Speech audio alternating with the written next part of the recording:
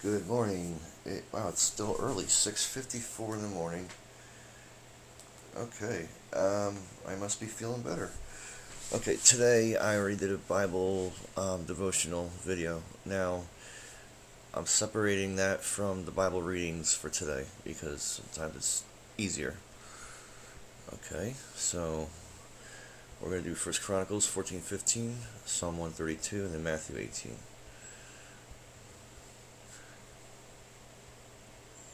And the out loud version being read is the ESV. And okay, here we go. Let's put on one speed and hit play. Chapter 14. And Hiram king of Tyre sent messengers to David and cedar trees, also masons and carpenters, to build a house for him.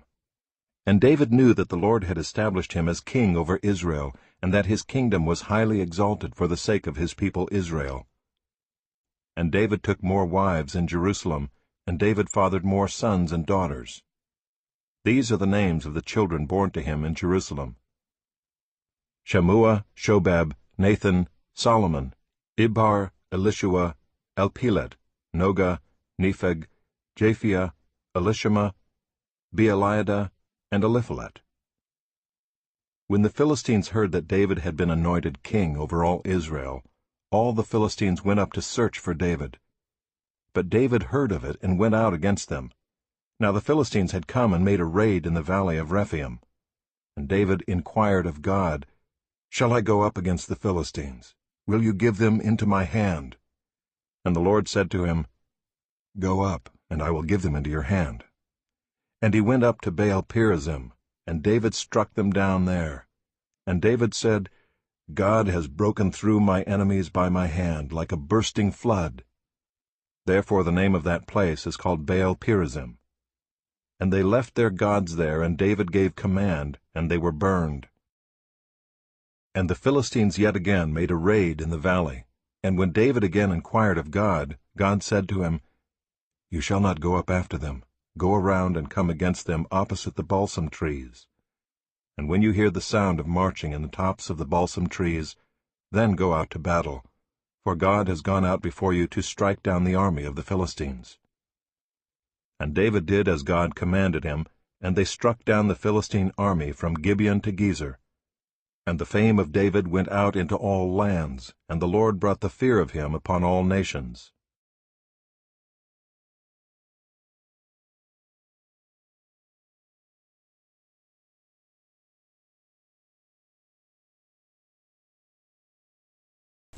Alright, let's see if it works with the next chapter.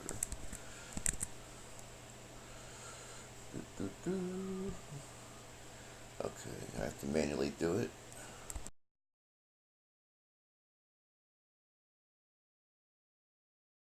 Chapter 15.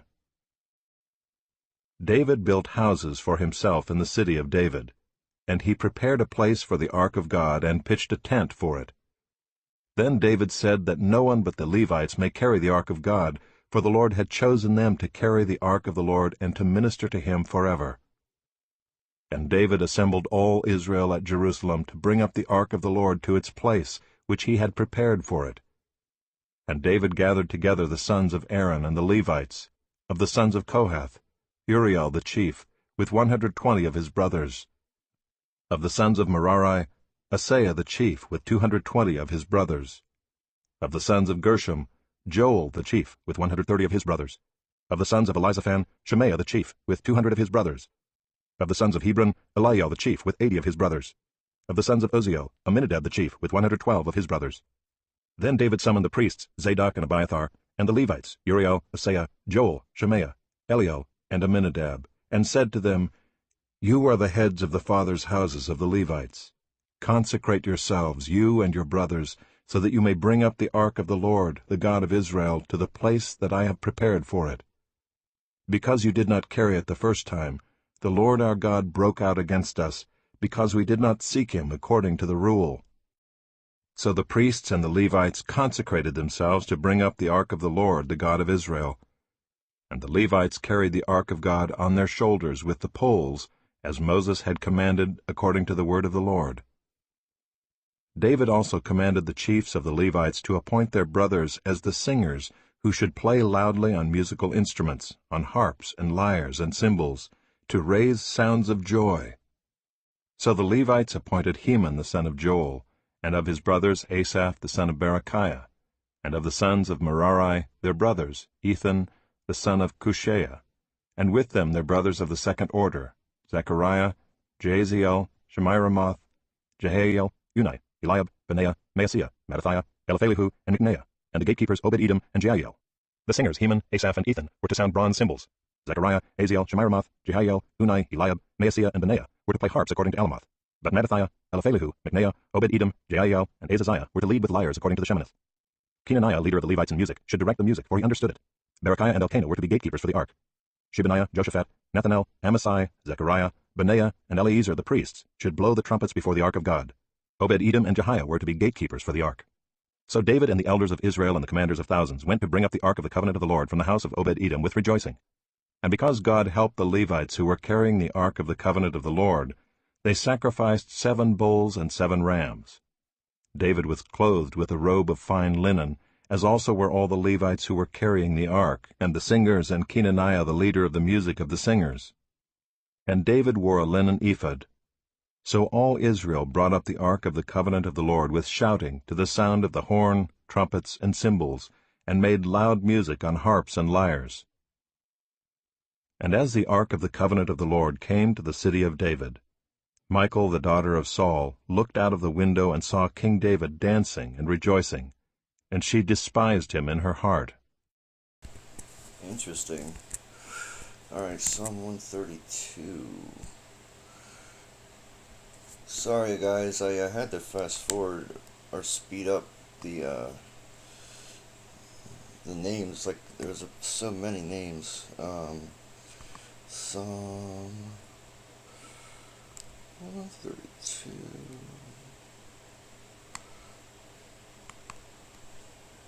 Okay, let me just prepare this.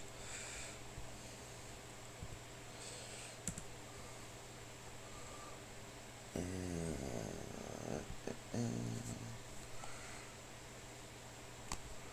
132. Cool beans. Let's get that up here. Okay. Matthew 18 will be next. That's all I need to know for that one.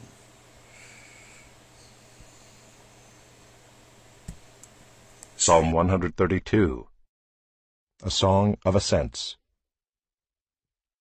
Remember, O Lord, in David's favor, all the hardships he endured, how he swore to the Lord and vowed to the Mighty One of Jacob, I will not enter my house or get into my bed. I will not give sleep to my eyes or slumber to my eyelids, until I find a place for the Lord, a dwelling place for the Mighty One of Jacob. Behold, we heard of it in Ephrathah. We found it in the fields of Jair. Let us go to his dwelling place. Let us worship at his footstool. Arise, O Lord, and go to your resting place, you and the ark of your might. Let your priests be clothed with righteousness, and let your saints shout for joy. For the sake of your servant David, do not turn away the face of your anointed one. The Lord swore to David a sure oath, from which he will not turn back. One of the sons of your body I will set on your throne. If your sons keep my covenant and my testimonies that I shall teach them, their sons also forever shall sit on your throne. For the Lord has chosen Zion, he has desired it for his dwelling place. This is my resting place forever. Here I will dwell, for I have desired it. I will abundantly bless her provisions. I will satisfy her poor with bread. Her priests I will clothe with salvation, and her saints will shout for joy. There I will make a horn to sprout for David. I have prepared a lamp for my anointed.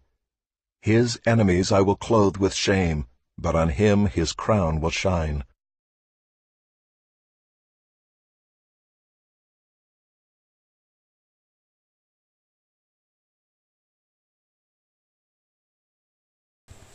Okay, guys, let's do this.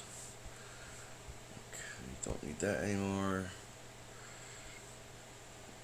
Hope you guys are doing okay. I like that I can hit this one key and then mute myself during the readings. Matthew 18. And let me just double check that. Make sure. Okay, so let me mute myself. Okay, so it's still on. I know that it's working at least, so. Alright, here we go, guys. I'm going to mute myself in a second here. Okay, let's play this. Chapter 18. At that time the disciples came to Jesus, saying, "Who is the greatest in the kingdom of heaven?" And calling to him a child, he put him in the midst of them, and said, "Truly I say to you, unless you turn and become like children, you will never enter the kingdom of heaven. Whoever humbles himself like this child is the greatest in the kingdom of heaven. Whoever receives one such child in my name receives me. But whoever causes one of these little ones who believe in me to sin, it would be better for him to have a great millstone fastened around his neck and to be drowned in the depth of the sea. Woe to the world for temptations to sin! For it is necessary that temptations come, but woe to the one by whom the temptation comes. And if your hand or your foot causes you to sin, cut it off and throw it away. It is better for you to enter life crippled or lame than with 2 hands or 2 feet to be thrown into the eternal fire. And if your eye causes you to sin, tear it out and throw it away. It is better for you to enter life with 1 eye than with 2 eyes to be thrown into the hell of fire. See that you do not despise one of these little ones, for I tell you that in heaven their angels always see the face of my Father who is in heaven. What do you think? If a man has 100 sheep, and one of them has gone astray, does he not leave the 99 on the mountains and go in search of the one that went astray? And if he finds it, truly I say to you, he rejoices over it more than over the 99 that never went astray. So it is not the will of my Father who is in heaven that one of these little ones should perish.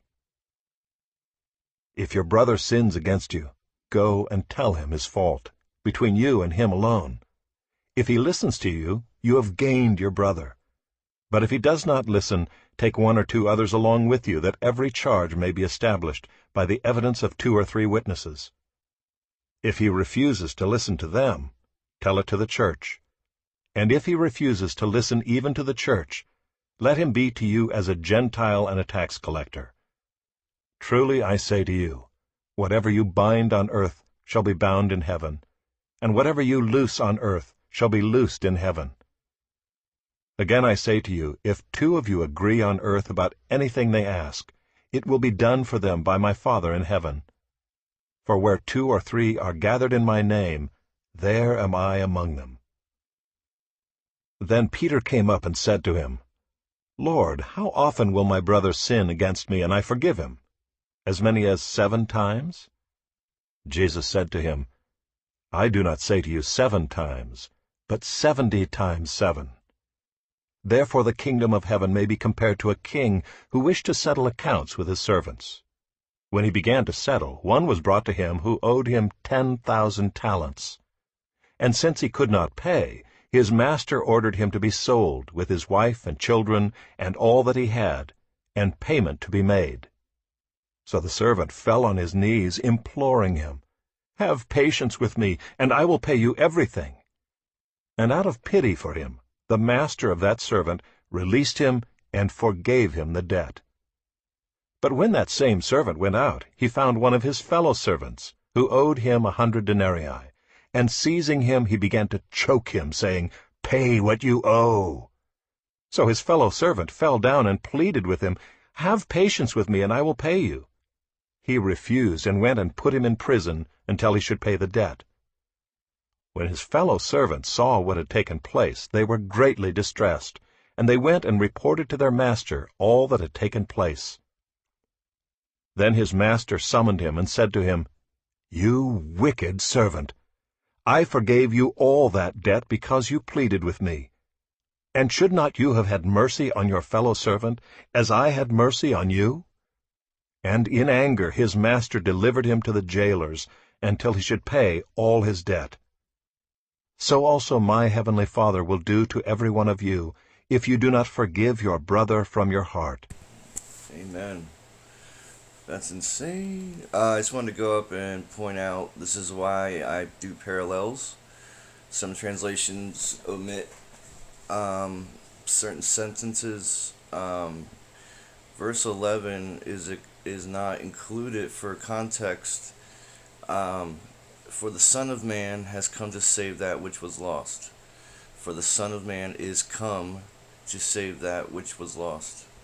For the Son of Man has come to save the lost.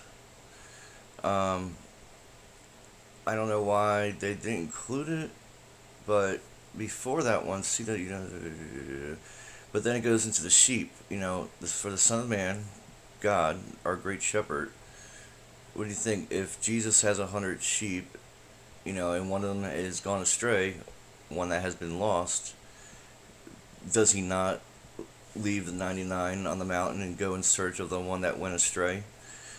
I don't know if they just didn't include it because of the duplication of the point, but still, I don't know. It's a sticky subject, but for everybody's peace of mind, that's what I like to include. I think the one that you go to for just to look up the root words and look up the original translation from the Greek and from the Aramaic and the Hebrew.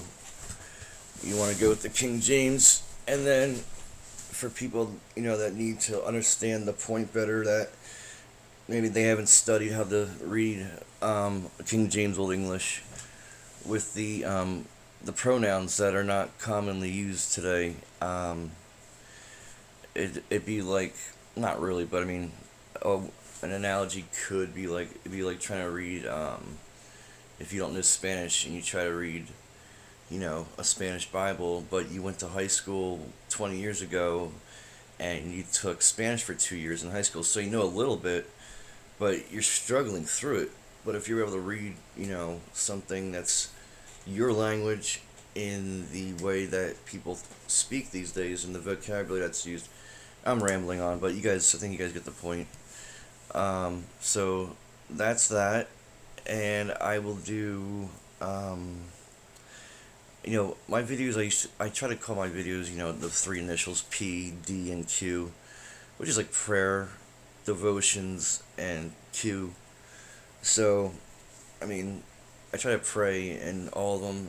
Devotion is one, and we do this Bible reading here, and then sometimes I'll pull up, the latest posts from QAnon, April 30th, 2018. Let's make sure that I have okay, I'm not muted. Knowing what you know now regarding Israel disclosure moments ago, authentic. So this guy Q, who's in the government, in the military intelligence, I'm assuming, is saying, hey, if you saw the video, it was about how Iran totally deceived us, and it's been proven. We have all the documents that they have been doing a nuclear program for weaponized uranium warheads, and we just I don't know how many hours ago it was, but we did a strike, a bunker buster, and destroyed over 200 missiles underground that had heavy warheads. And the end time says that all the countries surrounding Israel basically are going to want to destroy it.